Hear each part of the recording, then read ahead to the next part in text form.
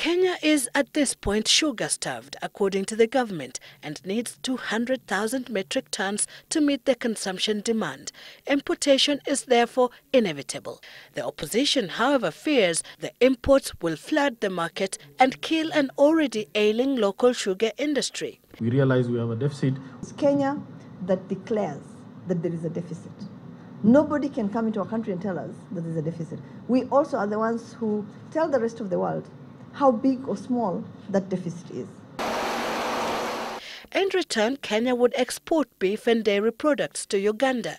But critics say the state-run beef sector in Kenya is equally struggling and can hardly meet the local demand, leaving the export deal to private players. What really was in the deal? Many now want to know. There was no agreement signed in Uganda during President Uhuru Kenyatta's state visit. There was no agreement that was signed.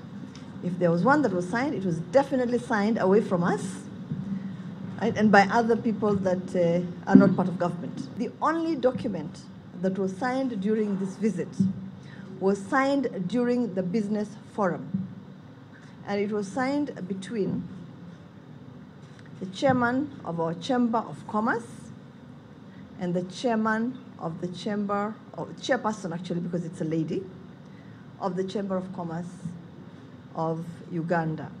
But sources from Kenya's National Chamber of Commerce claim the agreements were general, relating to improving trade between private companies registered with the respective chambers of commerce and not specific to sugar, beef and dairy.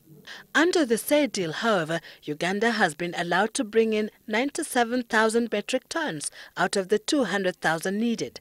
Uganda is said to have an estimated annual output of 425,000 metric tons against a consumption of 350,000 metric tons. You'd rather import from a COMESA country. Uganda is a COMESA country. It's an East African Community country. It's a Northern Corridor Project Initiative country, right? It's our closest neighbor. We have a deficit of 50 billion Kenya shillings between Kenya and Uganda, right? It has exported sugar to this country before when we had deficits. Besides being a common market for East and Southern Africa member states, Uganda also agreed to sign a free trade agreement which exempts duty on imports or exports among COMESA member states. Sylvia Chebet for Citizen Business Center.